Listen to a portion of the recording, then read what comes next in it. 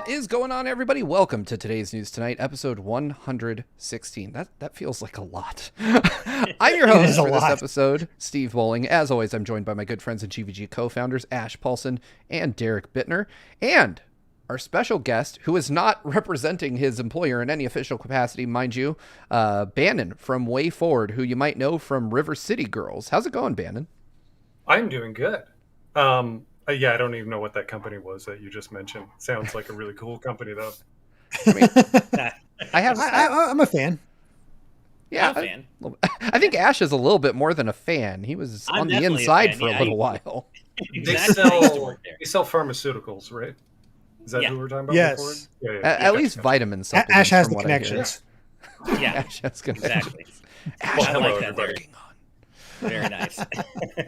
All right. So it is a pleasure to have you on, man. I'm excited to talk about a bunch of interesting news, but also, before we get there, I want to talk about the game you've released as well as the game we all know you're working on just a little bit. But before we do all of that fun stuff, it is Friday. Happy Friday. This has been a hell of a week. Woo! I'm glad it's over. Yep. But on Fridays, we are sponsored by our good friend Straight Lace and his game, The Soul Device. For those of you that don't know, I had an ad ready to go, but I guess I don't have it now. Sorry, Straight Lace. Pretend you're talking to me because I don't know what Soul Device is. Steve, what is Soul Device? So, the Soul Device is a puzzle platformer where the player can create temporary platforms by shooting projectiles onto walls at the cost of HP to navigate the environment. It's available now for free on Steam, but the Soul Device isn't like other free games. The Soul Device does not have microtransactions. In the event, though, that you'd like to support the developer, there is also a soundtrack on Steam featuring the 9 tracks of background music from the game. Additionally, Straight Lace is working on the second half of Challenge Pack 1, which they introduced recently, and a new soulless difficulty that'll get added in a free update. Which Steve, he promises me so far. Is there more to this? There is. He promises he'll get that out just as soon as he's done planning his Dungeons and Dragons campaign, which I've taken a look at. He's like writing a whole video game he'll never release for his friends to play D&D on, which is pretty cool. I respect the level of effort that's being put in on that. So thank you so much, Straight Lace, for supporting the show as always. We're huge fans of your work, and we appreciate all you do for us here at GVG. Go download the Soul Device today. The link is in the description down below right now here on YouTube. If you're watching this on podcast services, it'll be in the description on whatever platform you're listening to this on. Thanks.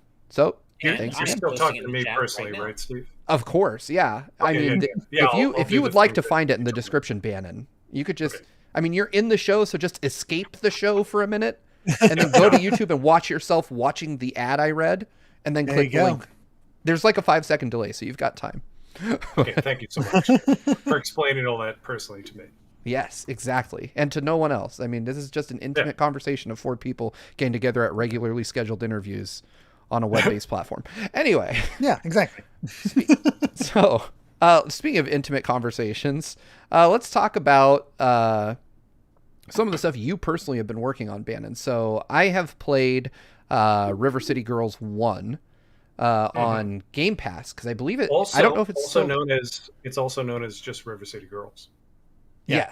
Yes. Sorry, River City Girls, the original, which I picked up on Game Pass, and I gotta admit, I friggin' love this game. It was I didn't expect to be as hooked by it as I was, but once I picked it up, I could not put it down. Why were you not expecting to be as hooked as you were? I've not really traditionally been a fan of like the Kunio-kun series. And so River City Ransom doesn't really hold like a special place in my heart. I think it's, funny, like Japanese hooligan stuff. Like I've always enjoyed that kind of delinquent, like pompadoured kid wearing his like uniform open and stuff. But I was like, I don't know, like River City Ransom wasn't a part of my childhood. So I was like, I don't know how much this series is going to do for me, as an adult. It's interesting to me because you're a big fan of Scott Pilgrim, and Scott Pilgrim lifts a lot from the River City games just because of the RPG mechanics and the stats and whatnot. Well, that's kind of what I discovered. It was more of like a place and time thing. As a kid, I was like, I don't care about River City. I don't know what this is. And plus, it just was a game that didn't like really hold anything in my heart for me. But over the years, I did become a fan of like the beat 'em up genre in general, right? Like I came up though on like Final Fight and Streets of Rage, games like that. And I never went back to go try River City Ransom. It just, again, was a game that, I'd heard good things about it. I have a couple friends that are way into the series, but I just never really felt the need. But then, Game Pass was like, hey, River City Girls is right here. And I happened to be at a friend's house when River City Girls came to Game Pass, and we were looking for a couch co-op game. And I was like, hey, this is a new beat 'em up. I have met some of the people behind it. Let's give it a shot. And we literally just played it straight through. Like, we didn't stop. I do wonder how people would react to playing River City Ransom now. Like, with all, like, beat 'em ups that have, they have upgraded over the years. It's been, I think 89 was when the first River City Ransom came out. I wonder how people would react to playing one of those games. Like, how people that didn't grow up on the Star Wars, the original trilogy, like how they look at them, they're like, ooh, what is this? I can say anecdotally that my wife and we love playing. I love beat 'em ups in general, and my wife loves them too. We play a lot of them together. Streets of Rage is usually our go-to, but we did actually go back to some of the older Kunio-kun games just to see, and she kind of bounced off them. And I don't know if that's just because, she also loves classic games, so I don't think it's only because of the retro visuals or even because of that at all. But there was something about it where she just kind of bounced off it, and she was like, this is cool, but I think I'd rather just go back to, Streets of Rage 2 or 4. But with that said, we played River City Girls together, and she loved it. So, gotcha. And as did I. So there's something about the older Kunio-kun games that she just bounced off of. It's going to be interesting because I know we got River City Girls 0, even though it's not the name, it's just the localization name. But it's still pretty cool to get their original game because I played with my partner, Amy, and we actually did a playthrough over on her YouTube channel of us playing through River City Girls. And it was only the second beat 'em up she's ever played, but she really enjoyed it. She got into it.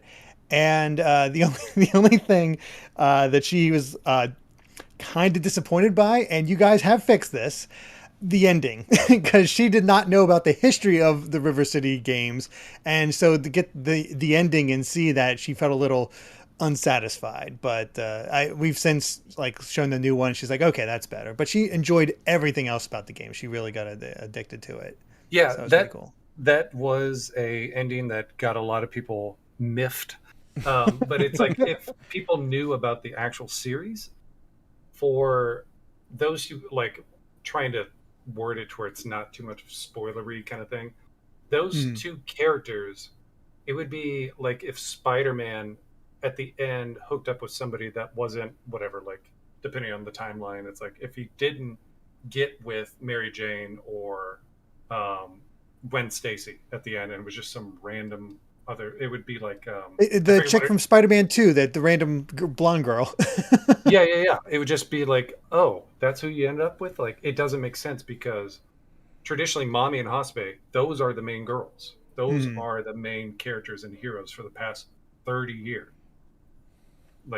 Kyoko and Masako are technically, I think, they're the main characters of one game that we're porting over, the RCG 0. And that's pretty much it. They kind of showed up sporadically in other Kunio-kun games. River City Girls is technically the 50th game in the series.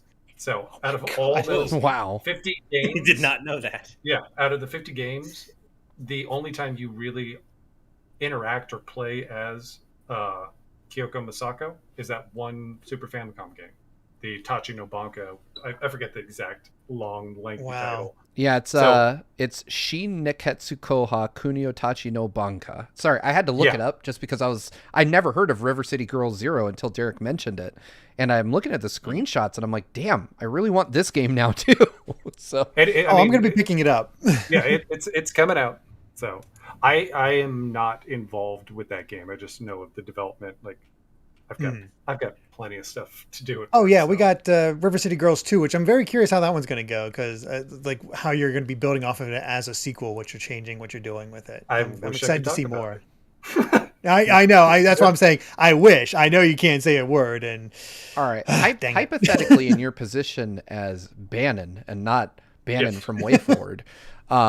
Do you think that if shows like E3 and PAX and all that, well, I guess PAX is happening, but I just found this out too. oh, nice. Oh, wow. Recently that nice.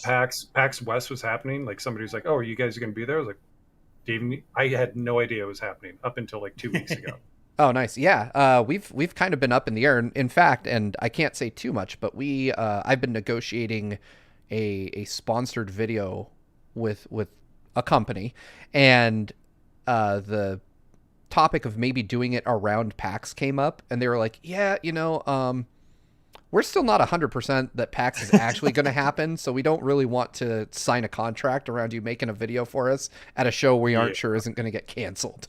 And so I was like, Yeah, you know what? especially with that's the fair. mandates now, I have no idea what's going to happen.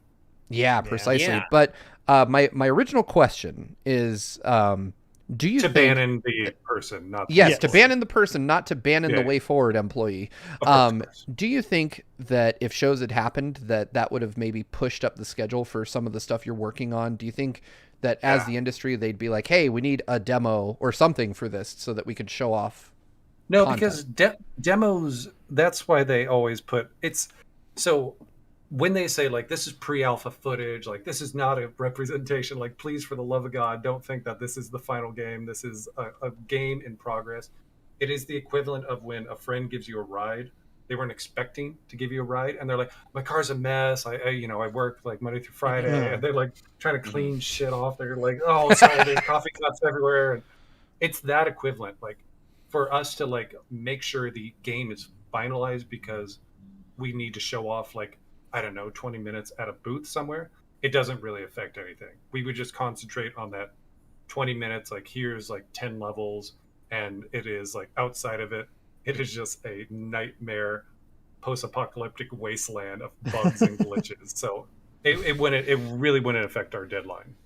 No, I mean that's cool to hear. Like I always wonder, on the other side of the curtain, like what it's like prepping for those shows. Because I know for us, it's always it's just making lists of things we're gonna forget halfway through the week. I always wonder, like Yeah, the folks actually it's- showing the games. Yeah, because when they showed off, when Alex showed off Hyper Light Drifter, that game, the first time they showed it off and it was playable, it was just you were in one room. Of course, the game isn't just one room. It was just like, hey, here's the fighting mechanics, you're running around. So they had to make a specific demo for that. And that isn't a representation of what the game turned out to be. It's just Yeah. they concentrated on this like little thing, and outside of it, they don't have the cinematics and all that stuff and all the music. So yeah, it really doesn't. I don't think personally it affects a deadline trying to make it to like a PAX or an E3 or anything like that. Yeah. Mhm. Makes sense. That makes me feel like better, honestly, about playing demos at E3. I'm like, I'm glad to know that people didn't have to like kill themselves to make these demos that we're trying out. Oh, ho, ho, ho. No, we didn't kill ourselves. Don't worry about that. You didn't say I was that. gonna say, I was Yeah, going to no. say that's because they've already killed themselves setting up the booth. As somebody who has set Yeah. up many convention Is booths that- and broken down Wow, just as really? many, it is one Ah. of the worst longest day experiences. I can't You can can't ever imagine. I guess I always assumed, and apparently incorrectly, I assumed that companies would just be like, yeah, we're going to hire people, like temp workers, to build the booth Now- and tear it down. They do that. I worked the yacht club booth. It's been a weird nexus of time that we've existed in. So I can't remember when that was. It was at PAX West. I think maybe 4 years ago, 3 years ago. I can't even remember now because we're missing time now. But I worked their booth. Just we were done and took off. Company cleaned it up. The Way Forward and Limited Run booth that we ran, it was like it was like 3 hours of taking down the sign and like rolling stuff up and getting the I'm the used to. kiosk things. And I was like, oh. And then I look at the Shovel Knight guys. They're like, bye, and they're just taking off. While, like, people are just doing it for them, putting crates. I'm like, damn it.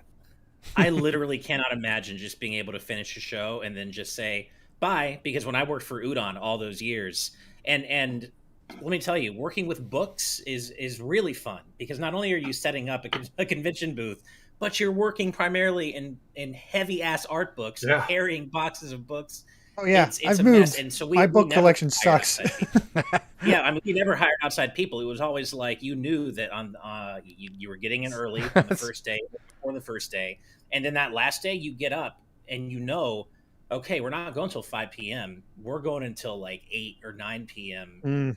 And breaking down the entire booth. It's a long day. Man, so what you're saying is you should look out for the job listings that include like fully digital work, but then also say must be able to lift 50 plus pounds. Yeah, exactly. That's why I gorilla press everybody I meet. There we go. He's like, I'm going to have to do this later anyway. Yep. All Just right. get warmed up. Well, it is 4:20 here in California, and that means time for the news, obviously. Obviously. Before we get to our first story, we do have a few super chats. I'm going to do it a little different than we normally do. There are questions I already see in the super chat that would probably provoke discussion, so I'm just going to round robin it, and we're just going to give the quickest answers we possibly can in the interest of keeping the show running. So with that in mind, I'm going to start with Jaden Buck's $10 super chat, which asks the question, introducing the very first crazy question for Crazy Question Friday. That's a thing. If you could transform into any vehicle a la Henkei Shoujo, which... what kind of vehicle would you transform into? I, personally, would transform into a Vespa. Why? Because I only have room for one person in my life. Ash, how about you, my friend? Jet ski. I love riding jet skis. I would love to be a jet ski. That sounds amazing. Jet skis. All right. Derek. Plane. Get to anywhere I want to fast. That'd be nice. That was way better than a Vespa. Bannon, how about you? So whenever people ask me these kind of questions, I think about the technicalities. Like you said, a plane. Yeah, you could turn into a plane, but you still have the limitations of a plane. You'd need a runway. You'd need a landing strip. All that kind of stuff. You would only have enough, fuel to get somewhere. Like, what type of plane are you? There's a lot. It's a loaded question. Is the Iron Man armor a vehicle? He gets inside of it. He can drive it. He can fly it. You know what? I would count that. It counts. Damn it. Yeah. That's a really Dang, I just got topped. The Iron Man armor. Oh, that is so good. Really good. Shit, I wish I'd thought of that. I'm a fucking Vespa. All right. All right, moving on. Yipes, the Fruit Stripe Zebra with a $19.99 super chat. I don't know where this came from, but it says Yipes, the Fruit Stripe Gum Zebra here. Just stopping in to say hello, but not to worry. My presence here lasts just as long as the flavor of my chewing gum. Please give my friend Bongo my kindest regards. What the It's Friday. This is one of my favorite super chats I've ever seen in any episode so far. Man, that is incredibly on generous brand tonight too. My God, yeah, that's amazing. Well done. I assume you're actually Bongo lover, but if you aren't, I don't know what's happening here, and I'm a little scared. All right, Braden Kalka with a Canadian $10 super chat says, "Evening, guys. I'm wondering, have y'all checked out Genshin yet? I was hesitant to try it, but it's completely won me over. Its world is so detailed and fun to explore. It might even rival Breath of the Wild's." So I tried Genshin Impact a while ago. I called it a discount Breath of the Wild because that's what I feel like it is. It apes a lot of the interesting concepts from it, but doesn't, in my opinion, pull them off as well. Ash, have you tried it? I have not, but I have been recently been turned on to the soundtrack, which is really good. Like, the music in this game is awesome, but I personally have not played the game, though. All right, Derek, how about you? I have not, but I saw Amy play like the first hour, and she really got into the world, the character designs, all that stuff. She was really into it, and then I introduced her to Final Fantasy 14, and that was it. Nice. All right, Bannon, have you tried out a Genshin Impact? I'll just give a simple answer: no. Hey, fair enough. I had some snarky remark. I was like, just fan. You gotta dial in. Take your waifu shit and go home. All right. Anyway, I was gonna say, in an alternate universe, the other band would have said, "No, I do not own a hentai body pillow." So, oh, dude, I had to look back to make sure mine was put away. Anyway, Nick Bell with a $9.99 super chat. I'm married, folks. I don't have a hentai body pillow. I just wish I did. All right.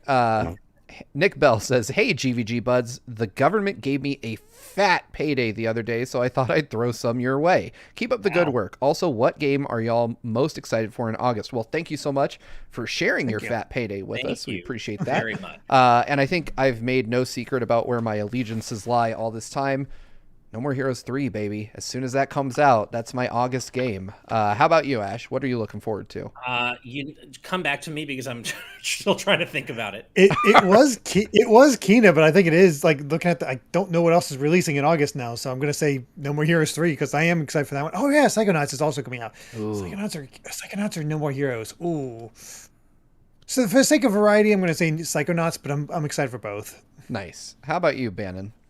Lawn mowing simulator for PC. Nice. That just sounds satisfying in a weird way, in the same way that Power Wash one. Honestly, this is something that they don't tell you when you start making games. Once you start making them, you barely play them. I mean, same applies to getting into the media, or at least doing this. What we do is like we don't play games that often, do we, guys? Oh, like yeah. maybe. When a game comes around to cover that I want to play, I'm like, oh god, yes. Like the stars have aligned. Yeah, I totally get that. Yeah, so it's going to be Psychonauts 2 for me as well. It was Kina, but it got delayed to September, so Psychonauts 2. Nice. I wonder if you'll be playing that in August, though, or if you'll be waiting until November on your new Game Pass machine when you get that. I probably will have to wait and not actually play it in August, but I am looking forward to seeing how it turns out for sure. Nice. All right. Moving on. Ethan Clegg with a $5 super chat says, you guys convinced me to pick up Chrono Trigger. I found a copy of the DS version in good condition, and it will hopefully arrive next week. Holy hell. I don't even want to know what you spent on that. But yeah, enjoy the ride, man. Yes, congratulations. That is an awesome get. All right. Queen Saffron. That took me a minute. I was not parsing that they were different words. Queen Saffron 623 with a $20 super chat says, you guys are awesome. Can't wait to hang more. You're awesome. Thank you so much for your generous support. Wolfstar with a $5 super chat says, I would love to know Bannon's thoughts on River City Underground. Do you think of it as your rival? Have you played River City Underground? So I made it. That's. Are you talking about the? I love it. Are you talking about this game? Wow. Amazing. Dang. All right. So, I bet he likes it. Are we talking about this game? Maybe? Yeah, there you go. The one where I am the guy in the yellow shirt there. That's so good. Yeah. That is amazing. So he probably hates it. That's what he's saying. Yeah, he's not too into it. Yeah. I'm on the fence. That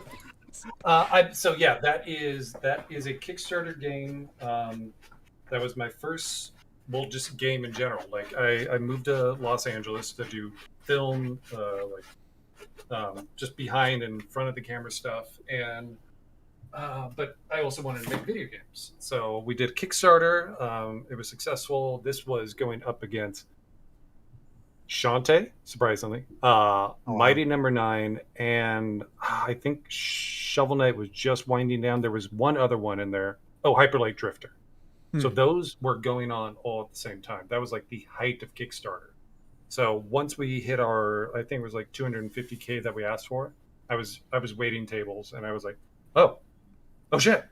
All right, I quit. Like I'm done. Like I'm doing nice. I love that. I just like to imagine Bannon like bringing a plate, and he's like, "Oh, fuck that," and just drops it. Well, I mean, I was done. Like right there, I was like, 2 weeks. I'll finish the shift. Like I'm done. I've only worked for like 2 more days, and I just got straight to work.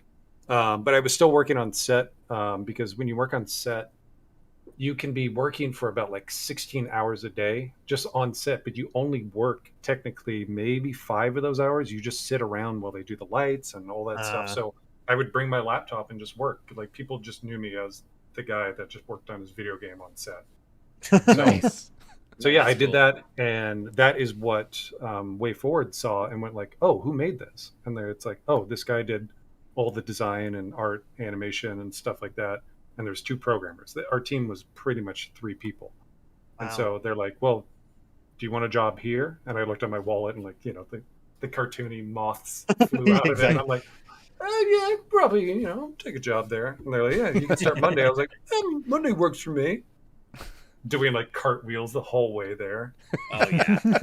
That's awesome. So, and the guy who reached out to me is Adam Tierney, the guy that he and I tag teamed the first River City Girls. That's awesome. That is awesome.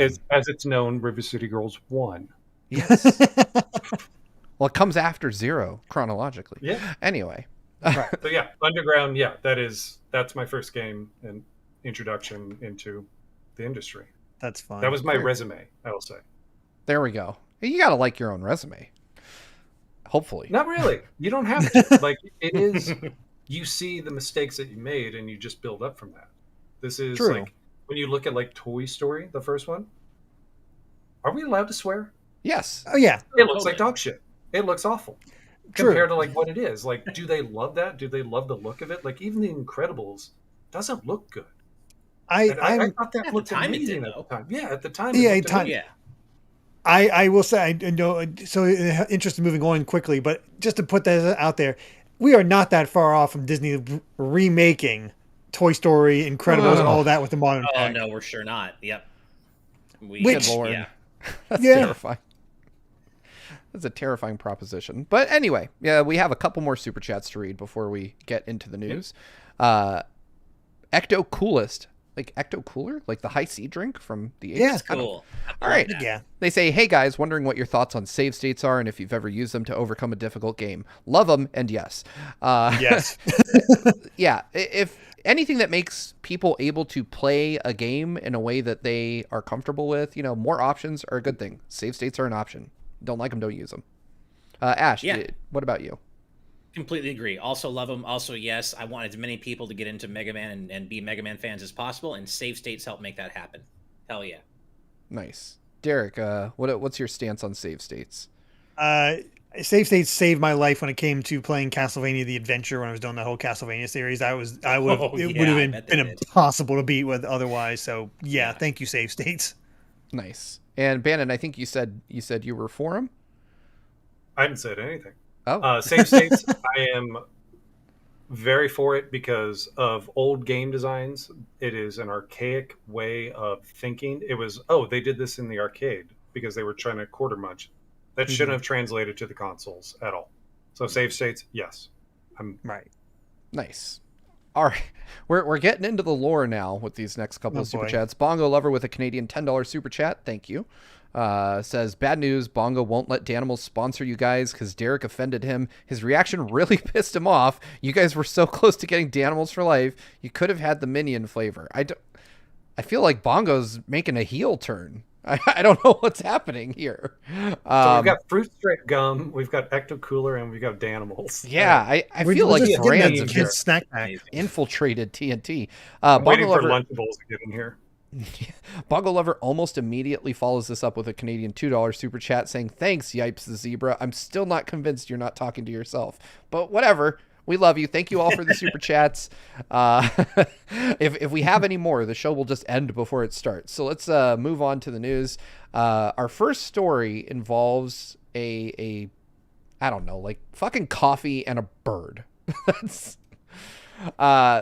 So this comes courtesy of Animal Crossing World. Apparently, data miners have located in the version 1.11 update for Animal Crossing New Horizons that Nintendo may be planning to reintroduce the long-missing Brewster's Cafe into New Horizons, which is significant for a couple of reasons. One, Animal Crossing hasn't really received like a meaningful update in quite some time. Like we're into year 2 of Animal Crossing.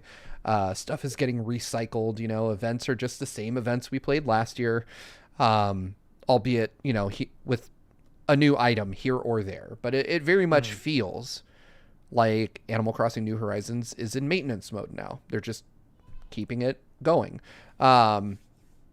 However, this data mine is significant because, one, people have been asking for Brewster. I know, Ash, you've been interested in Brewster returning to Animal Crossing. I have been as well, just because it's like the one place in Animal Crossing that's just open at night. Like, I feel like if you're an adult with a real life and you aren't just stuck at home doing nothing, then most of Animal Crossing stuff closes down at a child's bedtime. And so you're just like, well, I guess I can walk around and look for bugs, which I don't know about y'all, but at 38, that's not really how I'm looking to spend my evenings. But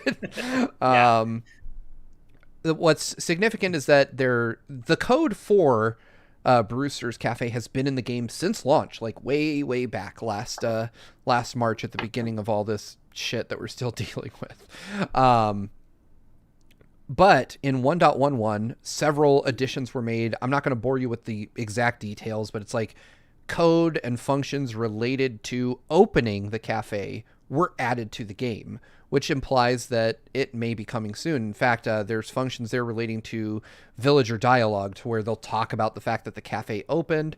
But, you know, to kind of hedge your bets on this one, Animal Crossing World did list like the hit or miss ratio for stuff that has been data mined from the game, and it is literally 50-50. It's right down the middle. Like 5 have come true and 5 have yet to come to pass or might not come to pass at all. You know, we got like, you know, they correctly predicted red. They correctly predicted being able to swim and dive in the ocean and get stuff out. They predicted picking vegetables, but they only got that one half right because we've only ever gotten pumpkins, but you were supposed to get other stuff. Things that notably didn't make it in were furniture that you could affix to the ceiling. So like overhead lights, chandeliers, stuff like that. Being able to cook. There was rumored cooking in the game and a few other things. But I would just be happy to see anything come to Animal Crossing at this point. I'm surprised that this game did as well as it has done. And Nintendo's like, yep, that was one solid year of updates. We're out. It almost feels like they were unprepared. Like wait, like I don't think they expected it to be as big as it was, especially in the they couldn't have predicted the whole pandemic thing that boosted sales like crazy, and just like the perfect pandemic game. So this is them being caught like unaware with what kind of success it was going to see, and probably scrambling to get things done. But who knows? I don't know exactly how long it takes to get this sort of thing done, but that's my best guess. I assume it does have to do something with the pandemic, just maybe not even them being unprepared, but just maybe the pandemic continuing, just derailing, you know, their development plans as the year wore on, and maybe just causing problems there. It is strange though, because, you know, Animal Crossing obviously came out, as you said, Derek, at the perfect time for the pandemic, and it just exploded. So you'd think they want to keep capitalizing on that, but I do hope the Brewster thing is real. I'm going to be completely transparent. I'm not saying that that's going to get me to go out and buy New Horizons and play the hell out of it.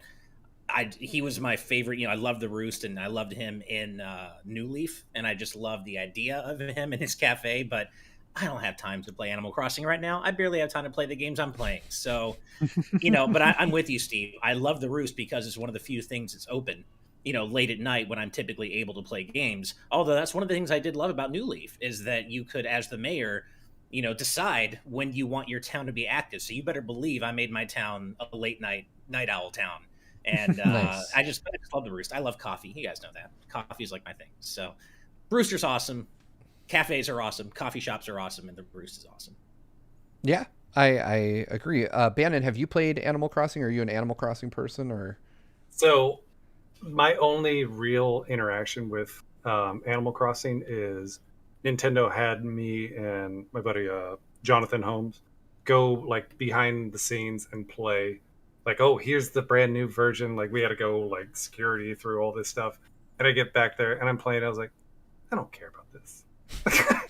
It's just, I was like, I don't, this is my first time playing. I was like, this is cute, but I have no affinity for it. It's just a game that exists. I wish I would have liked it as a kid, like during a summer break or something, just sitting there, just vegging out on it. But other than that, I was just like, cool. I guess this is fine. Uh-huh. It's cute. It's adorable. That's always been me. Like it's fine, but it's just never. I can't get into life sim games, and I know people are like, so excited for Brewster and whatnot. I'm like, oh, cool. What's he do? Nothing. He's just a coffee shop.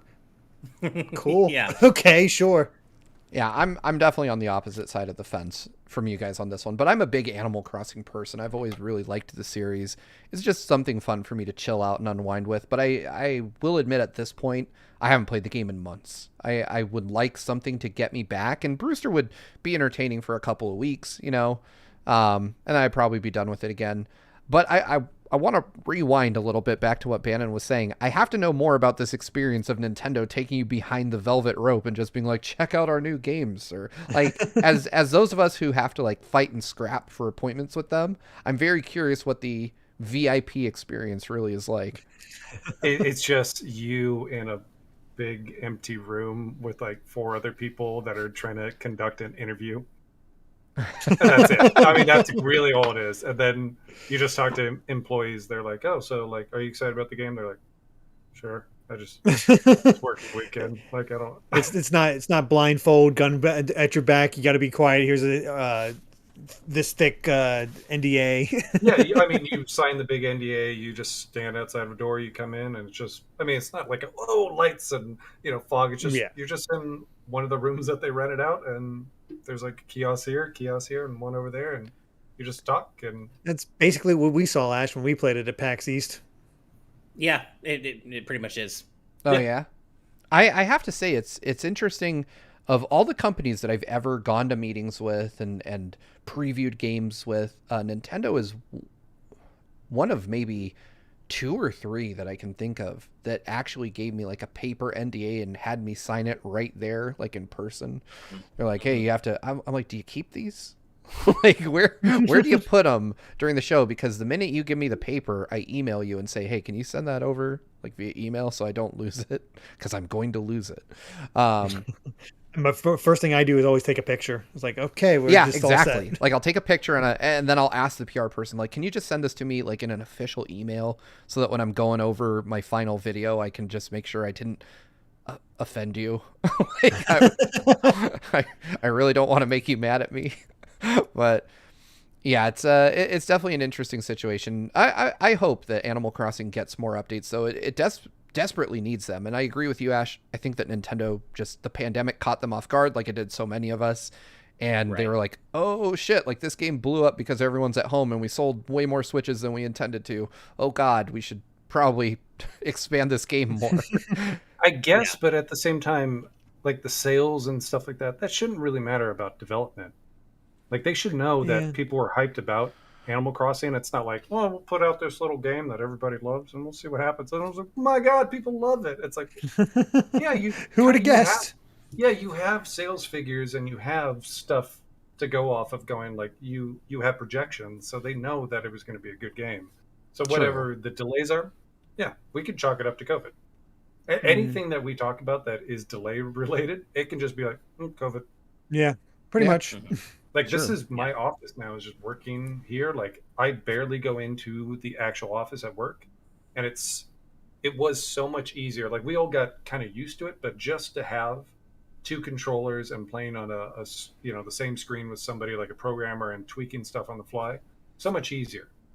Like, we did upgrade recently to Nitro on Discord so we could finally see 60 frames at 1080, but some workers are only working off Wi-Fi because they're in their kitchen. So it's never the same experience as working in person in the office with your coworkers. So it just kind of slows things down a bit. Yeah, I imagine. That's still doable, but it slows things down. That's a good point. Like, I wonder, I think often about all the smaller developers, like the folks that aren't the Nintendos and Microsofts of the world that are working remotely now, and I'm like, how does that happen? Like, how, because I think about, like you mentioned, I've programmed some things previously, and I'll go through whatever I'm working on and try to execute that last bit of code I wrote, and then I'll find like, oh, this doesn't work. I'd like to make a small adjustment, and that's easy to do, but you have to then recompile it and put it back on the device you're working on. And when that's a collaborative process, like when you're remote, I imagine that's got to be way more of a pain in the ass. Like, oh, hey, I just uploaded this build that I changed 3 letters on. Can you go and download that and run it on your device on your end and make sure it works the way we thought it would? We do use SVN. SVN is just a quick, like, a programmer will hit me up and go, oh, update, I added that thing you needed. Update takes maybe like 2 minutes, and then I just open up Unity again, it recompiles it, and then I'm just I'm testing it out. It doesn't really take that long unless there's like massive changes and like all the animations need to be handled a different way. But it is at that point to where it's like, do we need the office? Like, we are getting by doing this. Right. I'm comfortable. My office mates are my lovable cat and my girlfriend. It's like, I don't mind this. Like, it's fine. it's not so That bad. is There's advantages and disadvantages. Yeah. For Oh sure. yeah. So Yeah. I don't have to drive 45 minutes to work. That So.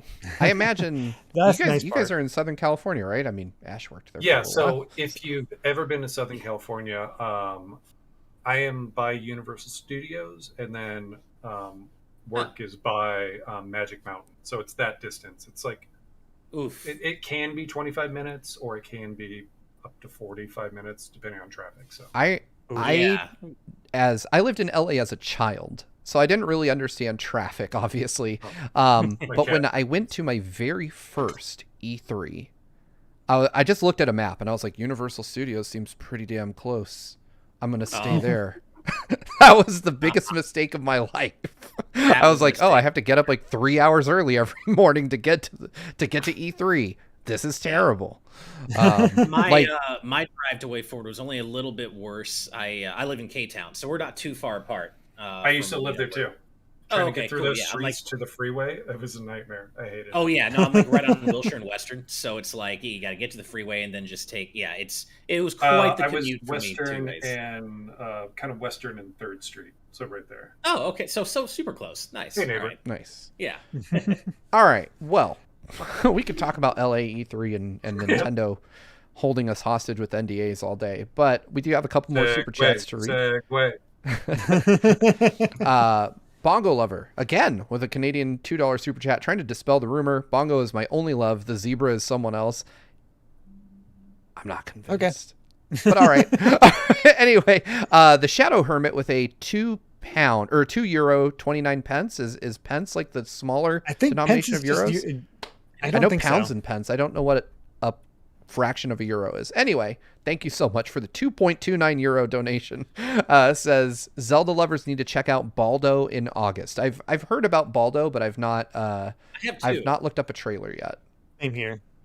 Haven't had a chance. I've heard about it, and also folks in the live audience are saying it's cents, so it's just cool. Cents. Euros and cents. All right, cool. Sure. Thank you. I've learned heard something if you have new today. 6 of them, you are none the richer. Anybody gets that reference? That is, I get that nice. reference. My go. high school girlfriend loved that song. Oh God, I'm so old. All right. Anyway, would you say you went on a play date with her? A few times. Segue. Nice. All right. Speaking of play dates, let's get this next one on screen. Good God. All right. So this comes courtesy of IGN. The Playdate apparently sold 20,000 units in just 20 minutes. And so this comes, directly from Panic. If you're not familiar with the Playdate, it's this cute little, they call it a 1-bit gaming console, which of course is not accurate, but marketer's going to market. It's like a little yellow Game Boyish device with a crank. It plays really simple games. You buy the device and the games just automatically get added to it over time. It's a really cool thing. I've been chasing it since 2018, I want to say, when I met the CEO of Panic and got a preview of the device for back in the Game Explain days. It's a really cool little unit. I'm excited to check it out when it comes out, but I'm surprised to see the demand for this thing. I really thought that it would kind of just be like a really small niche device that sold okay, but yeah, I'm not gonna lie, I don't really get the appeal. I mean, I'm sure if I actually had one, played one and got to try the crank and stuff, I would think it's pretty cool, but I just don't quite see what niche this fills, at least for me personally. I'm glad that they're having success with it so far. I'm glad it's a thing that people want. I just don't quite get the hype myself. I've played it. It's fine for that. It's fine for just checking it out at a booth. I don't know who would even develop these games because it's so specific.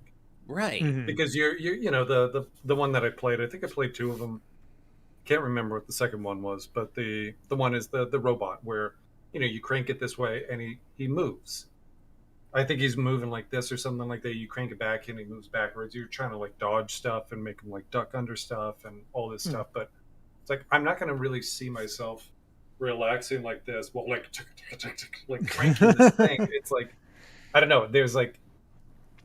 There's people were kind of on the fence about the Zelda game where you have to like manually, yeah. People are like, can we just have controls? Like, I don't want to have to do a bunch of stuff. I just want to play the game. Right. And now we have developers having developed these very niche games of winding. Like, maybe it should just be a fishing game. That is the question. I was just thinking that there has to be a fishing game on this thing, right? I mean, I haven't seen one yet, but it seems like that's what it was meant for. It looks like a Tiger Electronic that is just a fishing game thing. Yeah. I mean, it's cool when you see it in motion because you're like, really, it almost feels analog. How everything's controlled, Right. but it's like for 5 minutes of playing it, that was neat. Cool. That was neat. Right. That's it. Yeah. I have a feeling it's probably going to end up in a lot of desks. Like, I'll pull it out a little bit, or hey, check out this cool thing, and then goes back in the desk. Like, it's neat, That but person goes, that was neat. And they're like, it was neat. And I go, yeah, back in the drawer. yeah. Samurai Don makes a good point in our YouTube chat saying the Playdate doesn't look accessible friendly for disabled gamers, and that's a great point. It doesn't. I'm not sure how you get around that, given that the crank is such a central feature to the system, but that is a good point. Yeah. So when I talked to, I want to say his name, Cable, the CEO of Panic, and this was years ago at this point, but when I first went hands-on with this thing, he did mention that not every game, at least at that point in time, was going to use the crank, because it does have like a B and A button and a D-pad on it. But I think some games, like the one that Bannon mentioned, is definitely designed solely to use that. It's some kind of like it. The way it was described to me, and I wish I could remember the name of it. I was trying to look it up real quick, but you're not so much moving the robot as you are advancing time, and somehow like the robot and certain objects in the environment have escaped the flow of time. Because the demo I played, and again, this was like very early on, so this was the only thing he had on the Playdate. You had to dodge a paper airplane. If the paper airplane hit the robot was toast. I was like, damn, maybe, like, I don't know, build him out of something else. That's a weak ass robot. The robots I know have lasers anyway.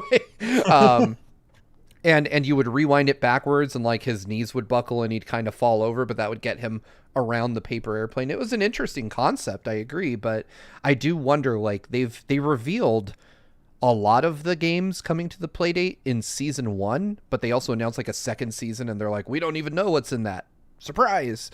So it'll be interesting to see what types of games end up on this device. The one thing that I was hyped for was, and I wish I could remember his name, but the creator of Obra Dinn is making a game for the Playdate, and just his visual style that he uses fits a monochrome screen really well. And I think he showed like a very, very brief demo of just like people talking in it, but it looked cool. I'm interested to see what it'll turn out to be, but I'm not like, I didn't pre-order. I'm not like champing at the bit to grab one right now.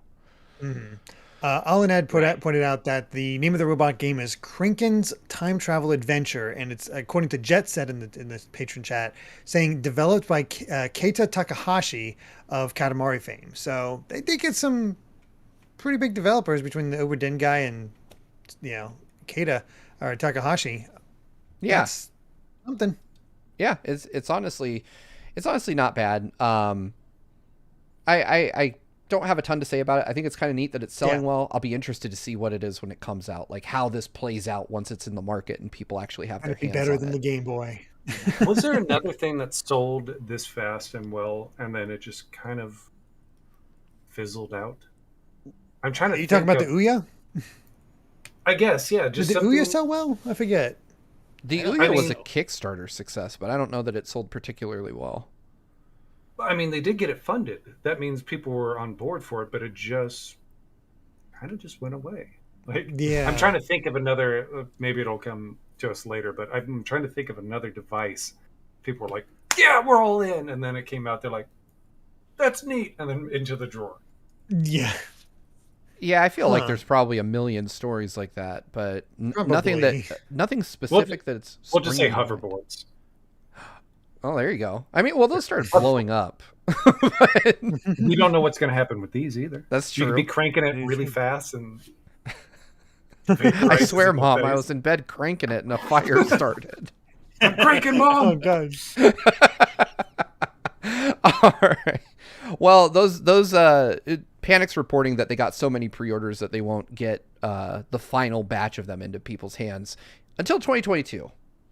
You know what else is coming in 2022? Our next story. God damn it! Horizon Forbidden West got delayed until next year in a move that nobody saw coming from space or anything. Of course, PlayStation was going to crank out. The bigger surprise if it actually did come out this year. Yeah. I was assuming this was going to be the case. Yeah, so this story comes from Jason Schreier, game delayer extraordinaire over at Bloomberg, and basically just, speaking to his usual sources. And Jason is, I mean, if Jason posts something, it's official, basically. Like, he's right. I don't know where he gets his info, but it must be, like, somebody pretty well placed at every place ever.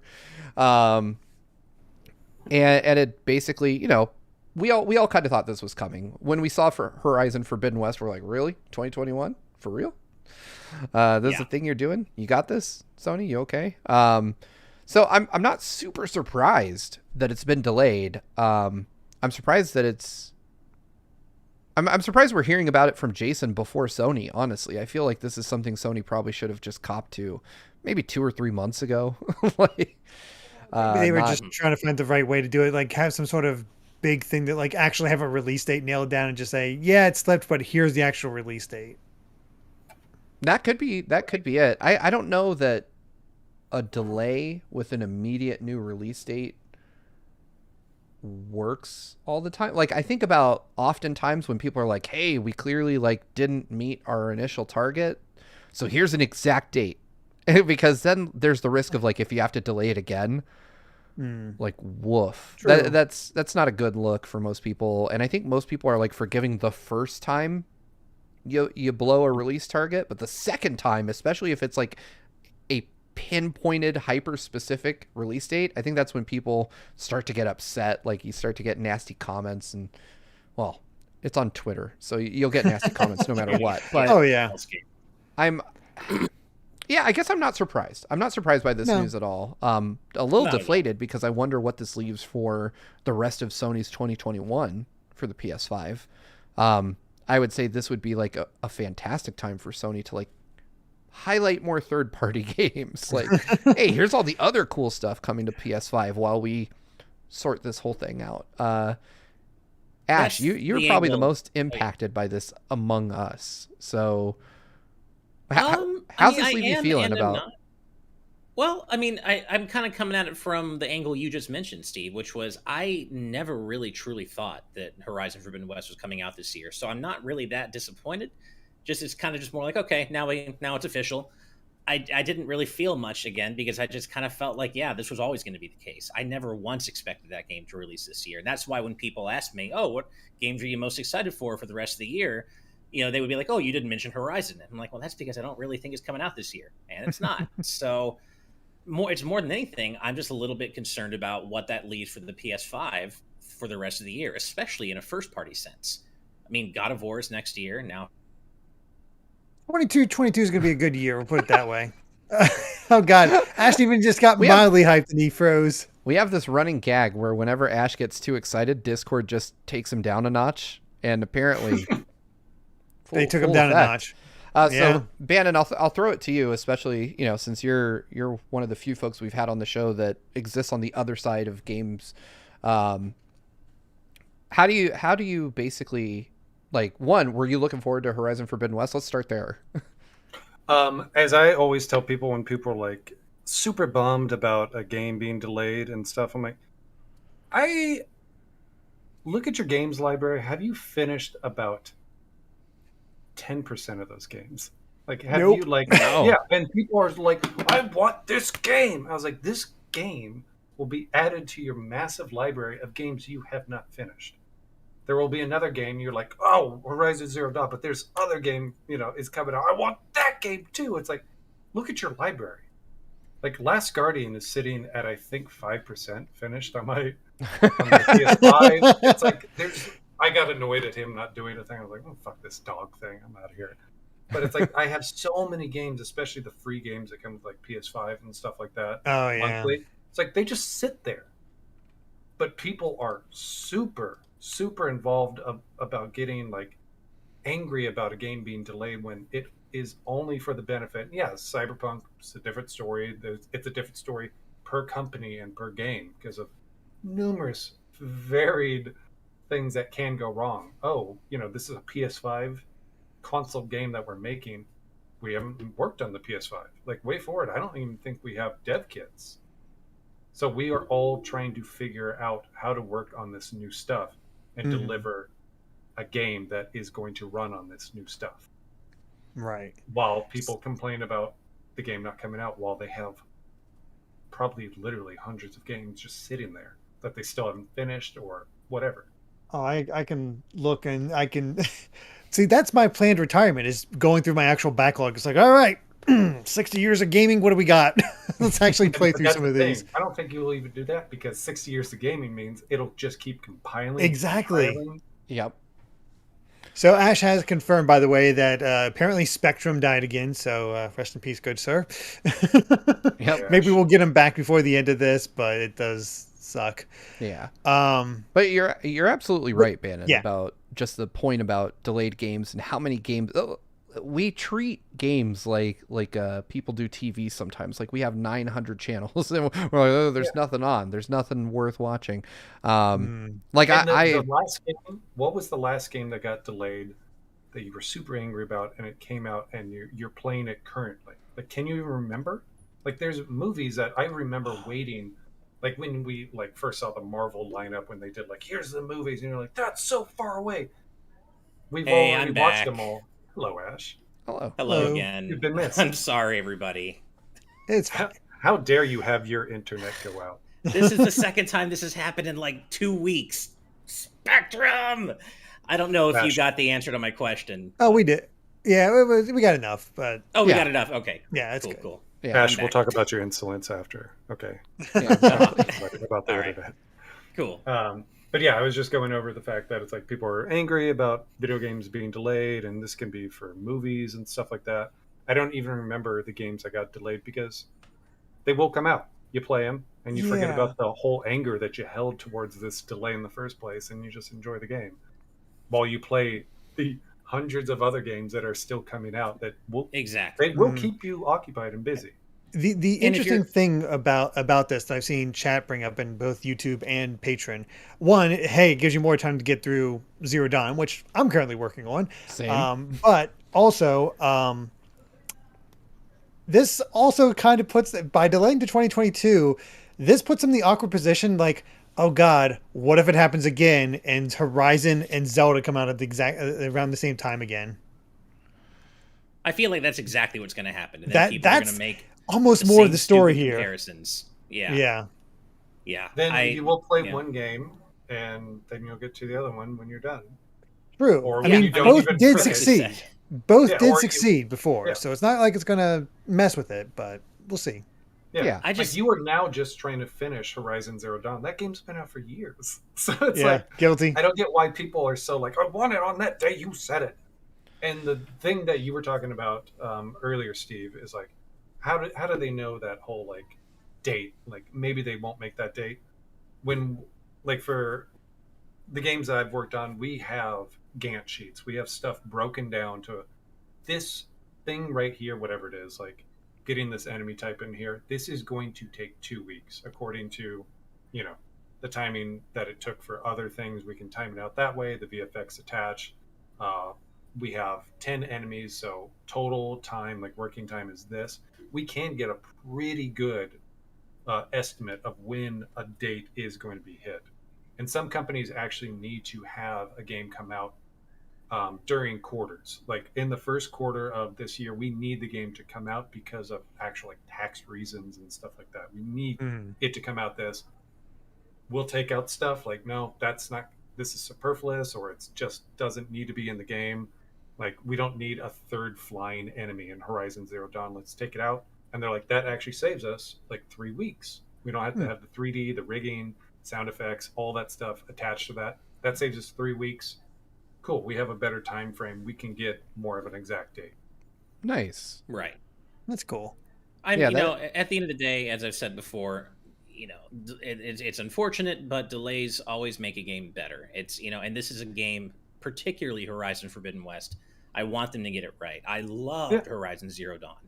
I want them to take the time they need to get it right. And speaking of something you said, Bannon, if you're harboring actual anger, legitimate anger toward a video game release, you need to find more to do, more important things to focus on, more important things to be angry about. Disappointment, fine. Oh, be sour about it. But anger, man, you got to find more to do. You got to just... Yeah, it's the equivalent of these companies are trying to make, if it's delayed, that means, hey, the product isn't going to be what you want and what we want to release. We're going to delay it. Like, delaying only costs the company more money. Like, that's all it does for them. But they want to make sure they put out a better product. So being angry at people that are delaying something to make sure you have a better product is like yelling at your mom who's like, oh, baby, the dinner's going to take about an hour longer, like the slow cooking. And you're like, fuck you, Mom. It's like, it's so weird. It's like, oh, I'm just trying to make sure you have a good meal. Oh, man. Yeah. All right, here's some flour. Eat it. Yeah. Yeah. And she's like, there's stuff in the kitchen you can eat, baby doll. Like, just eat that. And you're like, fuck yourself, Mom. Yeah. It's really good. Go fuck yourself, Mom. That's a great comparison. Red Dead Redemption 2, was that delayed a very long time? I can't even remember. I can't don't remember at all. We don't remember. I think it was. And I'm going to look up. And it is that thing of like, were people angry? Maybe? Of course they were. Of course. Red Dead. In fact, the first result is Red Dead Redemption 2 is delayed again. So it wasn't delayed. And we don't even remember. So why are we angry? It doesn't make sense to me. I do love that Red Dead Redemption 2, which, by the way, a game I just don't like, was delayed twice. And like, when you look at it, you're like, at some point someone was like struggling with horse testicle physics in that game, and they're like, I need more time. They don't shrivel correctly when it's cold. Yeah. The girlfriend has entered the room to change, so not a problem. No camera for you. Remember, guys, the first bylaw of TNT: no nipples on GVG. So yes, we gotta stay true to who we are. Right. That's our brand here. No shirts come off during TNT. There we go.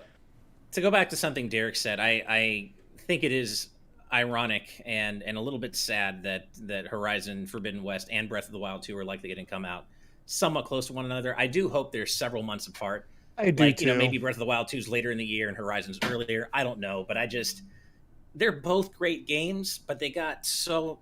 I feel like Horizon got really unfairly compared to Breath of the Wild for a lot of dumb reasons, when they both were fantastic and they both did very playing different through things really well. Horizon now, it is so different. It feels so different. Other than just big open world, it feels so different from Breath of the Wild. Because it's going off the old thing where you can't climb anything.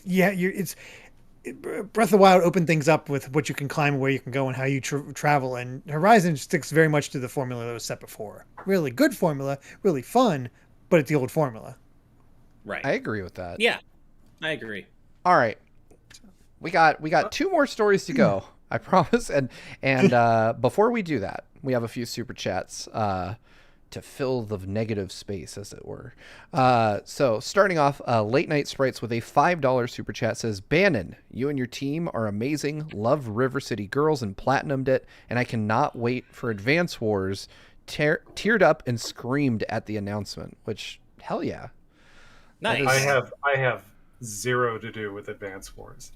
I heard what you said about Animal Crossing. You're like, well, you can't have Bannon one. Yep. Yeah, Advance Wars, I had no idea what we were even working on. That was a super secretive game. I'm involved in a lot of games at work. I had no idea what was even going on. That's amazing. They can keep that kind of secret even in the office that you work in. That's honestly, it is super amazing, especially knowing my coworkers. Super secret. I had no idea it was going on for that long. I was like, no idea. You gotta watch out for those Nintendo ninjas. I was gonna say they just had like the scariest people from Nintendo like rooming with everyone working on the game. They're like, each of you will have a shadow. They actually had they had Mario show up there. Every time I try to get break in the your door, legs. he put his hand out. He just look at me with his hand out going, wahoo. I was like, oh, okay. Sorry. Please stop, Mario. You're scaring Oh, me. God. Yeah, he's very dense. Like, he's very dense. He's a thick boy. There you go. All right. Late Night Sprites followed that up with another $5 super chat. Thank you, by the way. Also wanted to say, I hope this leads to more Nintendo series being revitalized. Custom Robo and Rhythm Heaven would be perfect on Switch. You just got me and Ash with that comment for sure. Custom Robo, one of my favorite GameCube games of all time. Just silly, stupid fun. And one of the things I loved was that you could just repeatedly say no at the very last. Do things with a capital T for a Rhythm Heaven game on Switch. And not only that, because we're talking about, way forward, and my friend, and I suspect our mutual friend, Bannon, I would be so happy if James Montagna got to direct a new Rhythm Heaven game on Switch. He loves that series so much, and he understands the DNA of that series so much. I would just be so happy if he got to work on a new game. James loves specific series very much. Yes, yes, he is a super fan of the game series that he loves. He would die for them. Yep, he would. He would literally would. And Rhythm Heaven is one of those series, and he would absolutely kill it. Nice. If he ever got a chance to work on one. All right. If Rhythm Heaven said, I need you to kill somebody, James would be like, I'm already loading the gun. You just tell me where to go. That makes me worry that You're he's just so sitting right. in like a studio apartment somewhere with a revolver and a copy of Rhythm Heaven, just looking We at just it. have him in a dark words. Yeah, we have him in a dark room just standing there waiting. Nice. All right. Finally, just super chat in $5 from Half Melted Ice Cream Sandwich. Says, chicken is not good, drink milk. I respect your opinion, even if it's the wrong one. But hey, thanks for the super chat. I assume that you're very healthy. You have strong bones. I don't know what the hell to say to that. Anyway, Can't we just like chicken and milk? Can't we say chicken is good and drink milk? I like both. Yeah, I think this is a like super intelligent pig typing at the keyboard right now. Anything that just doesn't involve pork, just stay away. Yeah, don't eat pork. Pork's bad for you. Pork, everything else is fine. Eat anything else. Eat pencil erasers if you want. Let's see. Jordan Ruiz with a $2 super chat before we move to the next story says, just became a patron. Well, thank you. Welcome to our Patreon. Regarding Horizon Forbidden West, let it cook. Absolutely. Like Bannon said, every single one of us, without me knowing any of you personally, every single one of us has way too many games we haven't played yet. Play another game until the game you want is out. You bought that game for a reason. You will be fine. Yeah, I guarantee you. Unless the Earth is like just decimated by a meteor the day before Horizon Forbidden West comes out, it'll come out, you'll ignore it, and then you'll play it when you're ready.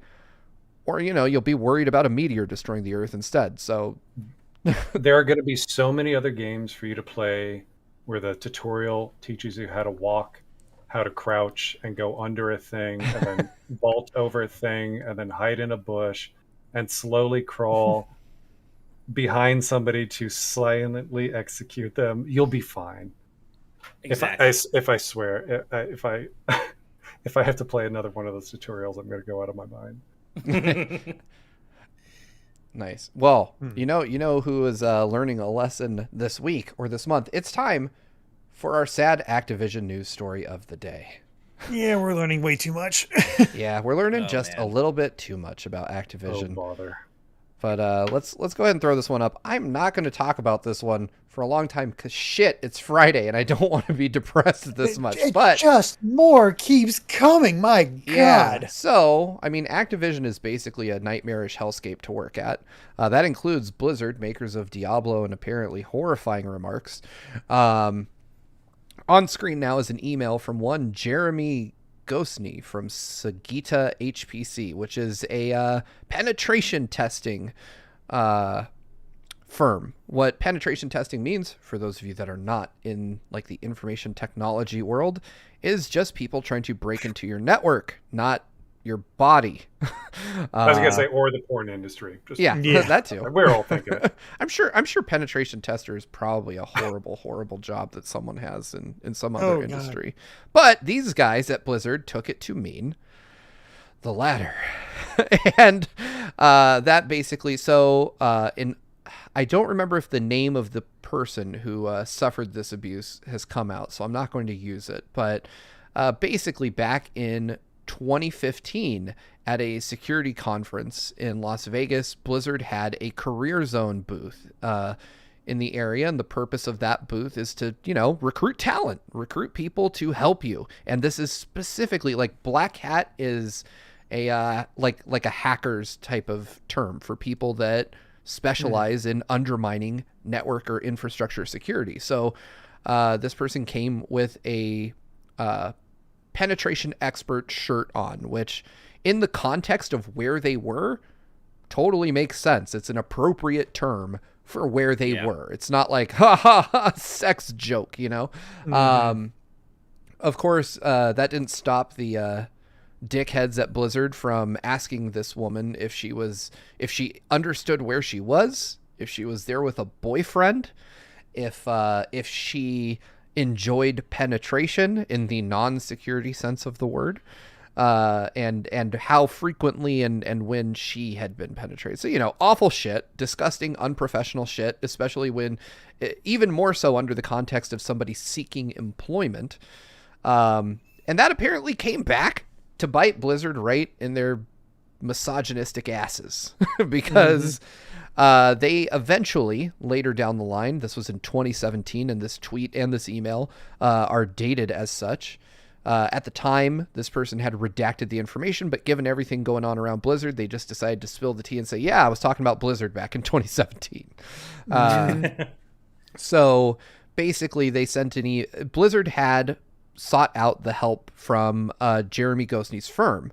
And since those 2 years, since this woman had been accosted by the guys at Blizzard, she had become a C-suite executive at this firm. And so when she saw their name pop up in the customer database, she was like, no. She's like, these guys are not going to get our business. But Jeremy, being the businessman that he is, I guess decided to send them an email anyway and say, hey, you know what? We are not completely closed off to doing business with you, but here's what we would like you to do if you'd like to pursue kind of awesome. a contract with us. And he was like, one, we're going to charge you a 50% misogyny tax, and we are going to donate that tax to Girls Who Code, along with a few other, female-centric charities for getting more women into tech. And then the second condition of that was that they needed to become a gold sponsor for a 2017 event, which centered around women in tech. And the third and final one was, you're going to send us a whole ass written apology to our executive that you treated so disgustingly. And of course, it's where it stopped, but it is just great to hear that Blizzard was getting shit for their disgusting conduct 4 years ago. And it's unfortunate that it didn't make more waves. I would have There's some other stories that have come out today as well that are Yes. just as horrendous, involving bathrooms, cameras, breastfeeding rooms. Yeah. So Kat Bailey, our good friend, has an excellent piece up over at IGN where she detailed a bunch more information that has come to light about the culture at Activision Blizzard and just how awful it is, like how disgusting some of this behavior is. And I'm astounded by just every time I think it can't get worse, it gets a little bit worse and then a lot worse. I don't know. I've said versions of this. I just don't know. I literally cannot get it through my brain how people formulate not only say things like that, but formulate the thought of thinking, oh, should I say this? Yeah, I'm going to say this. And then actually follow through with it. Like, who raised you? Like, how have you not learned by now that is not something that you do? Like, just be fucking decent. Like, it's just, so man. I feel like we're saying this is like when we were covering Cyberpunk and we had the bad Cyberpunk story of the day for a while. It feels like now we've just, moved on to the bad Activision Blizzard story of the day every day forever now. Yeah. But I am curious, like I do wonder how this stuff, the issue I have isn't so much like, at this point I come to expect, like, I read this nasty shit and I'm like, yeah, okay, it's another thing that happened there. But the thing I find so amazing is that, the higher ups in these companies, Bobby Kotick and the like, are playing dumb, like, oh, we didn't know this was happening. We're going to put better tools in place for people to let us know that men are walking into lactation rooms to watch. Like, are you fucking joking? Like, I've worked at some pretty big companies in my life, and I can tell you that if something like that was going on, there would be no way people at the top would be ignorant of it. And that is kind of what shocks me. Like, in corporate structures, I get that CEOs and C-level executives, they're not going to know, like, oh, hey man, Steve had a hard day today working on his menial grunt ass work. Like, they're not going to care about that. But where legal concerns could be raised, I think that those folks in power are probably pretty well versed on, like, existential threats to their company's existence. And I feel like there has to be, and I imagine over the course of litigation, something will come out showing that, yeah, they knew about a lot of this stuff. Emails had been sent about these activities and either handled inappropriately or ignored, but I just don't know where we go from here. It's a problem for the whole industry, clearly exceptionally so at Activision Blizzard. And I just wonder, like, what do... I've heard some folks in the industry say, like, okay, well, I've already heard, well, we can't afford not to cover their games, or we can't afford to step away from covering the company. Or if we do, where do we draw the line? Like, who do we stop covering? Where do we go from here in terms of, like, okay, somebody is going to say something bad about Nintendo, then we drop Nintendo, one of the biggest companies in the world, then Microsoft, then, there's realistically probably at least a story like this in almost every workplace in America. I would probably say in every workplace in America, at least one, right? And it is a tough question to know where to draw the line. Obviously it's a pretty easy decision at this point. Whoop.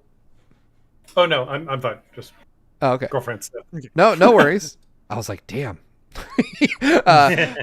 Bannon's like, I can't. I'm out. Goodbye. I don't blame him. Yeah, I know. I honestly, when I read this stuff, I feel like I just want to nope myself off the face of the earth. Sometimes it is difficult stuff to read, difficult stuff to imagine, and I have to agree with you, Ash.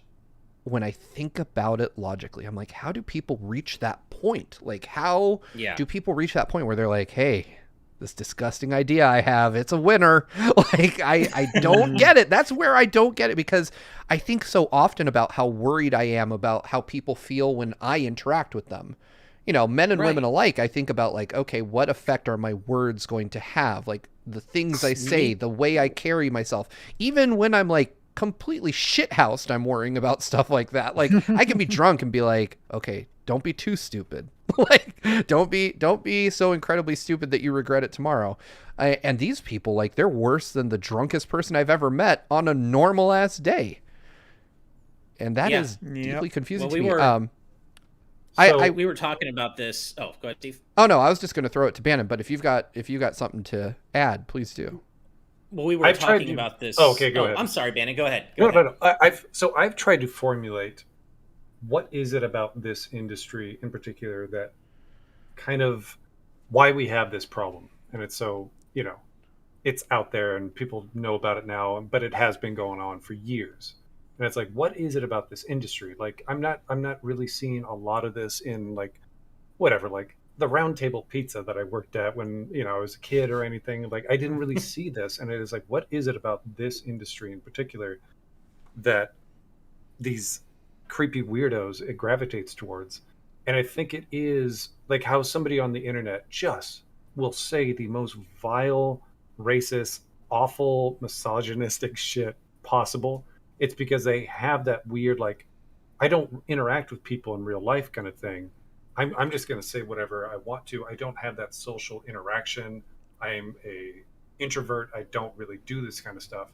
These are some of the people, I do work with some of these type of people. I'm not saying anybody at WayFor is racist or misogynist at all, but they are people that don't really know how to interact with people, because it's like you can make a game by yourself. You can do the music, programming, art by yourself in your kind of sheltered little world.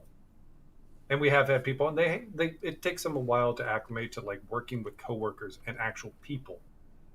Now put those people in a place of power. They make money, and they are the person that goes, "You want a job?" It's like, "Oh, you got to do this creepy thing that I shouldn't say, but I don't know I shouldn't say this, and I don't have this filter because I haven't interacted with a lot of people, and I haven't been taught, don't fucking say this to women. Don't say this kind of stuff. Don't treat them this way. Don't act on these weird impulses that you have." Like, I'm trying to figure out what it is about this industry, and that I keep coming to that thing of like these, I don't know any other way to say it, these weirdos that get in this kind of frat boy kind of like situation of being with other people that might encourage that behavior, and then it just snowballs from there. I don't know what it is about this industry. And I've checked on my female lady, women coworkers, trans workers at Way Forward, and I was like, is this a safe space for you? Like, is this like, because I haven't heard any complaints, and if I have heard complaints, I go straight to the boss. I'm like, this dude did something like one of my coworkers told me about. He's already got 3 strikes from me. Get him the fuck out of here. Like, I'm not into it at all. Right. And from what the women workers at Way Forward have said, they're like, I have no complaints. Like, this place is awesome, because we just don't have really that. Good. Yeah, we don't have that situation. Yeah. So hearing about Activision and stuff is like, get your shit together, guys. Like, this is not hard to treat women like your peers and your equals and just as your coworkers. It is very possible to do. It's actually quite easy. If somebody's being a piece of shit, usually at work, it's come to Bannon and tell them, and Bannon's like bigger than most of them, and like, dude, don't say that shit. Like, this is your one warning. Like, don't be a weirdo. Yeah, and good for you, because it is so easy to say this shit's not okay and be angry about it, but then when you see something, to just kind of stand by and watch and silently disagree with it. We can't do that anymore. We got to say shit. We got to step in, and if that means getting physical, that means getting physical. But we are so way past the point where, and it never should have been at the point where people are standing by and allowing this shit to happen.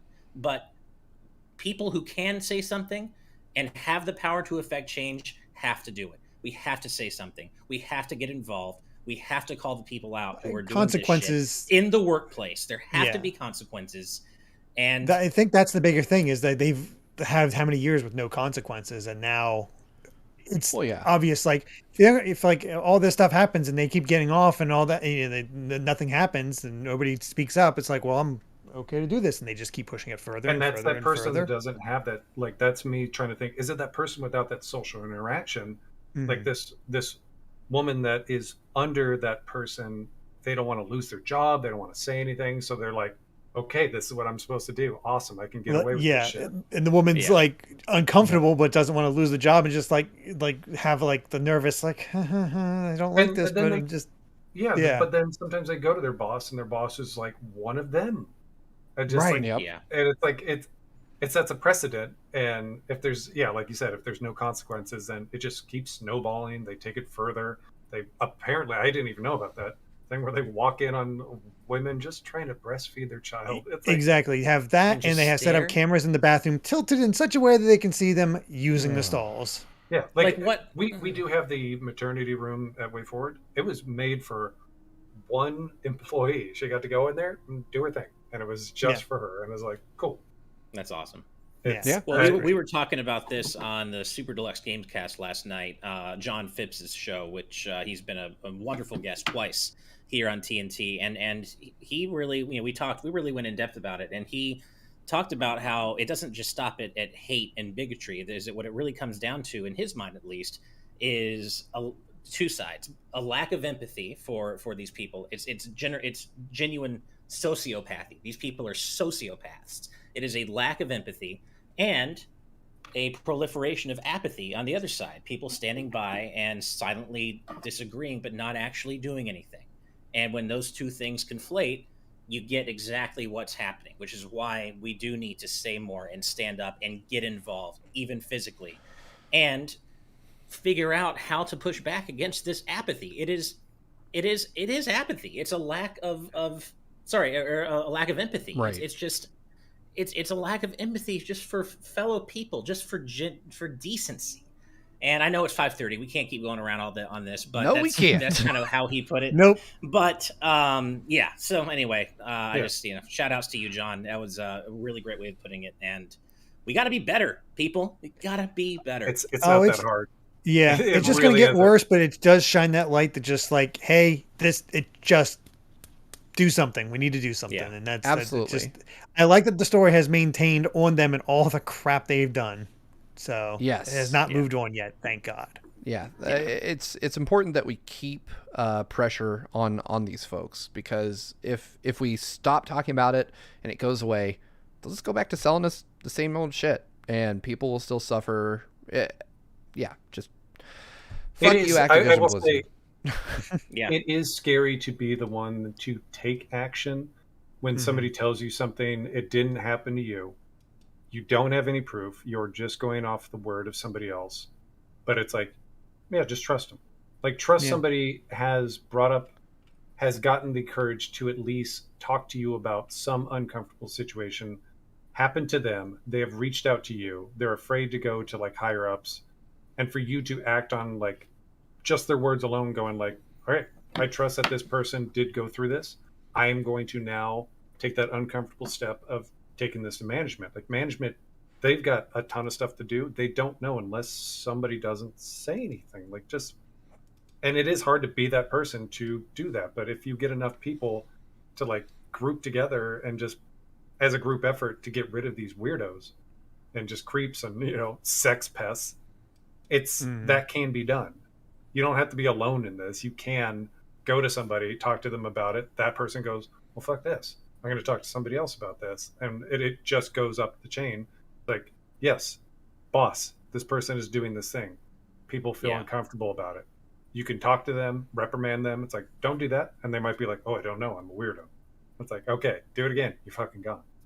Yeah. Yep. If they do it again, they're gone. And hopefully they don't do it again. So it is a very uncomfortable situation working with it. And I'm glad that Way Forward is super on top of it, and it really isn't an issue there. And it isn't me saying it from like my point of view, like, well, nobody does anything weird to me. But it's like, I've checked in on them and they've been like, thanks for checking up on us. But they're like, yeah, this place is safe for us. That's awesome. Yeah, that's really good to hear. All right, that was fucking heavy. Talking about it's definitely not the way to end the week. But before we move on, I have some super chats. I had to like create like a tonal dissonance there, just because this next super chat reads real weird after a story like this. From Charles NC with $5 says, "Hey plumber boy, mustache man, your worst nightmare has arrived. Crash for Smash. I can feel it. Enjoying the Mario and Sonic Olympics. Have you liked them?" I'm gonna assume you're talking about the game and not like the Olympics. Nintendo hasn't really been there, so yeah. So I played the game when it came out. I thought it was fun. There's something really weird about just seeing Mario finally fucking like roundhouse Bowser in the stomach. Like, he's just like, I've had enough of your shit, Bowser. I'm gonna actually beat the shit out of you this time.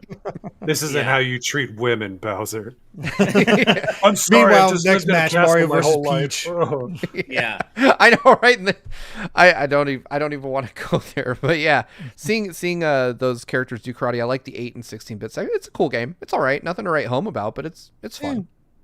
I've always wondered about that saying, nothing to write home about. Like, dear mother, I have played a video game. It had Mario. Dear mother, did you know Sonic has met Mario? The war rages on here, but I take solace in the fact that I kicked Bowser in the stomach. Yours truly, Bannon. That's a good. All right. Late Night Sprites with a $2 super chat says, "Love you, GVG. Thank you for filling world with joy and light." I feel like sometimes we don't live up to that, but I appreciate the sentiment nonetheless. Try. We definitely try. Best. Sometimes you got to shine a light on the weird stuff. But Hey, it is what it is. All right, so let's close out our Friday with just something way, way, way, way lighter. I'll get that up on screen now. So I had to throw this in just because I don't know who of all of us here. I think at least the 3 GVG co-founders have been to the Nintendo store in New York. Bannon, have you ever set foot in an actual like Nintendo store? No, I haven't. All right. Been to New York once. New York is fantastic. I miss it so much. But that's besides the point. Nintendo has these amazing fucking statues of like most of their big name characters. Depending on what games are like in vogue at that moment, they'll trot out like statues of Link, Mario, Donkey Kong, and they're all just, you know, they're statues for display in the store. They're fucking huge. They're ridiculous. The punching guy from Urban Champion. There we go. I wished. It's really just an actual Brooklyner that's sleeping in there.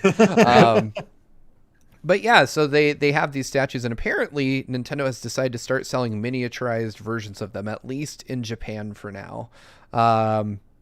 There's not a whole lot to say about this. I just thought it was really neat. I've always looked at these statues every time I'm in there, and I'm like, damn, like I could never sell my wife on like, hey, let me bring home a life-size statue of Link from The Legend of Zelda. That's not weird. He'll just, you know, watch over us while we sleep. It'll be fine. But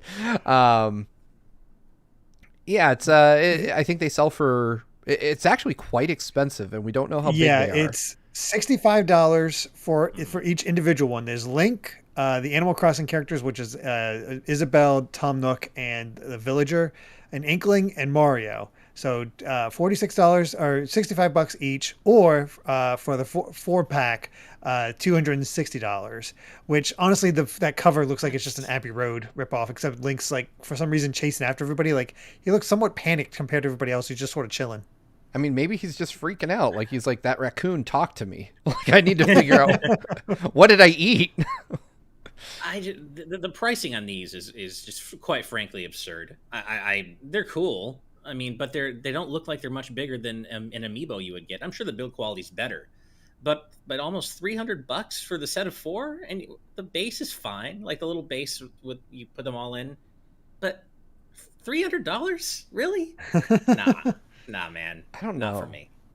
They're cool, but I know that I'm up here saying I won't buy them. But like in a month if you went from now, to they'll Tokyo, probably all be right here. I'll be like, I don't know what happened. It was my birthday. Fuck you. Like I don't know what I'm gonna do. But, yeah. I can resist these, but yeah, they are cute. I do like the. Oh, they're definitely cute. I think the only barrier to entry for me is that I would have to, like for now, I would have to find somebody that could pick them up for me in Tokyo, which is doable, but always comes with like that premium, you know, like, hey, I'm going to make it worth your while to go get this thing for me, and then you're going to ship it to me overseas, which is going to be ridiculously expensive probably, and it's going to take a while. I don't know. There's too many links, but if Nintendo was like, hey, we're going to sell these on store.nintendo.com, I'd be like, God damn it, let me get my credit card. I have barely any, like, I don't have stuff. Like, I do this sometimes on Twitter where I give away the swag that I'm given.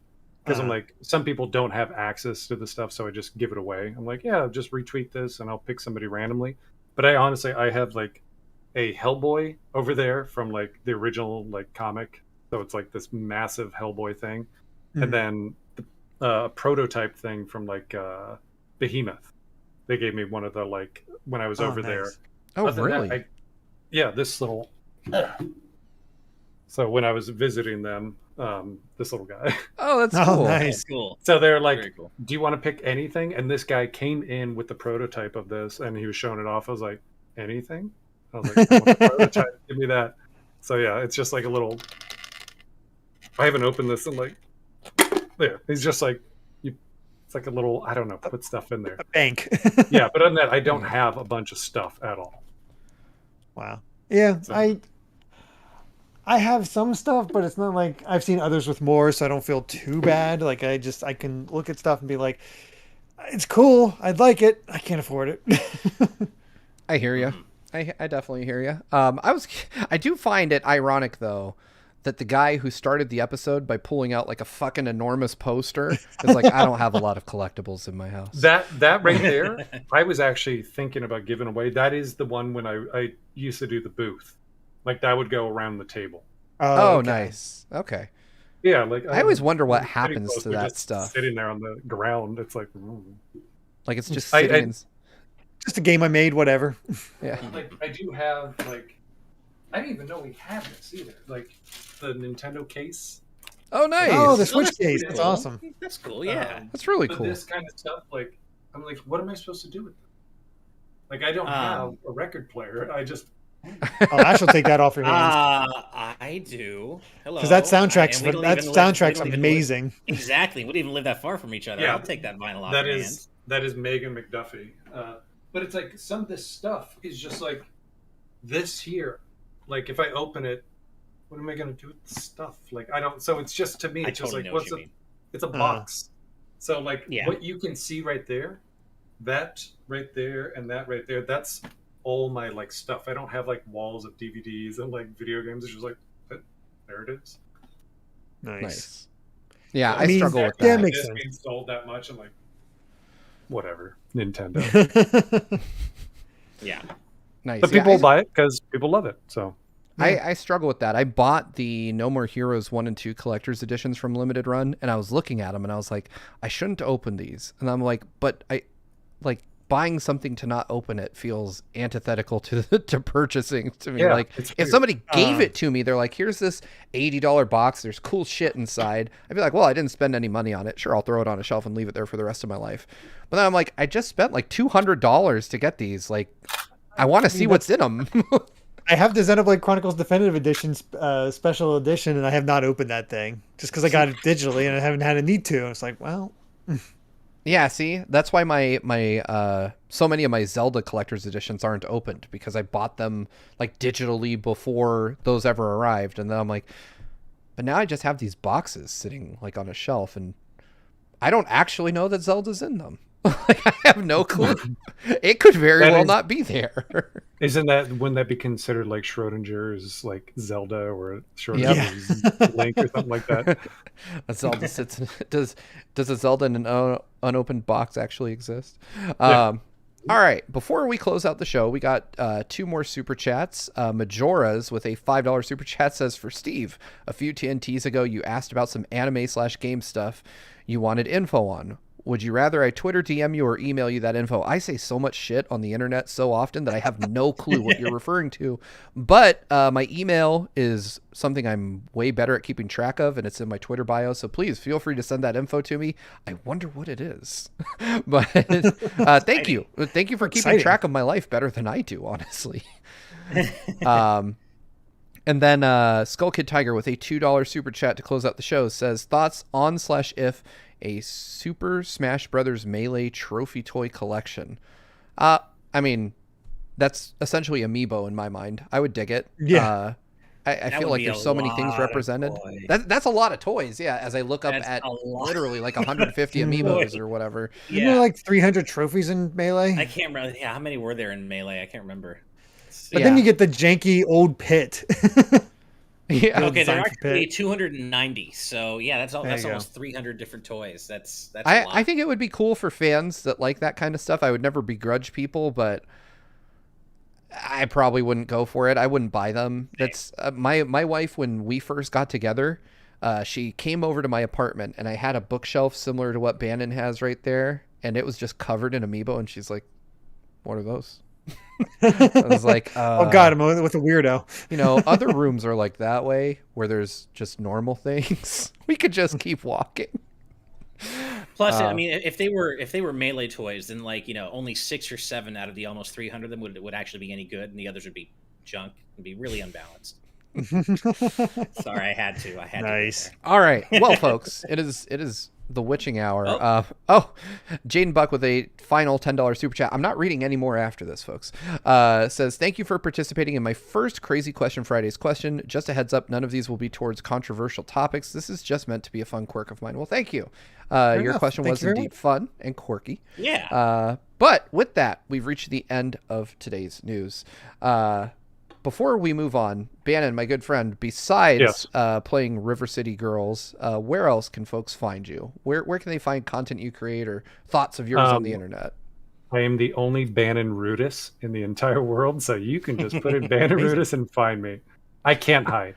So, I mean, mainly I'm on Twitter just saying dumb shit and posting stuff because it's like there's so much stuff that I can't even share. So I'm like, I guess I'll post a funny GIF or something because it's like I can't share until there's a certain like So even stuff like Advance Wars stuff, it's like I don't even retweet or even talk about it because it's like I don't think I can. So it's just like I don't know. So yeah, you can check out as was mentioned earlier, River City Ransom Underground. That was my first game. So anything you see with your eyeballs, I had to make it. So all the UI, all the animations, characters, like design stuff, that was me. Took 3 years. Yeah, that was awful. Then from there, I worked on The Mummy Demastered. So I think all the enemies in there, like I didn't do all the sprites in there, but like the pixel animation, that's me in there. That's when they had me shadow Austin Ivensmith to learn how to be a director there. Hopped over to River City Girls. I helped out with the last Shantae, just helping out with like design and just like background stuff. And then working on River City Girls 2 right now. Nice. Well, we can't wait to see it when it comes out. Thank you so much for being on the show with us. We definitely appreciate it. Well, it's that time. So it's the end of the week, and I feel like I could just finally like exist. We have to give a special thank you to all of our patrons, big and small, for helping to make this show happen. Y'all are the best. We could not do this without you. Of course, as you know, we also have to give a huge, huge, huge thank you to our patrons at the producer tier for helping to make this show possible. There's a lot of you I can't quite possibly even begin to thank you one by one because it would take another 30-45 minutes to do so. I don't know exactly how long, but I feel like what's our producer count at? Like I haven't checked that in a while. I think it's around well, if we're counting producers and EPs together, it's almost 200, but I think producers is around 8. Nice. Well, wow. You know what that leaves? That leaves just our folks at the executive producer tier and above. And I'm just going to jump right into it. Those fine folks include Jared Edinger, Brandon Bovia, Rob Arman X, Itiono Ben, Dan and Twistle, Dennis J, Z Patty, Hyrule Hermit, Sky Blue Flames, Adam O'Sullivan, It's ATM, Octopuppet, Richard Herrera, Michael Phone, Aiko Carroll, The D-Pad, Vesmio, Waffle King, Kitty Kong Facts, Angel Martinez, Vidron Hotek, 112, John, Joshua Hunter, Evernight Studio, Benny Yao, Sapphire, Azran127, Pagrema, Kenrule09, Jake Pelka, Geller, Joseph Rutkin, Charlie Bird, Geeky Griffin, Lucky Wonderfish, Kyle, Top Dog 23100, Young Ben Kenobi, Doug Shomix, Andrew Medeiros, Orem M, Brady Power, Sakuragi, Becca, Rocks the Cat, Fizzywig Hoyd,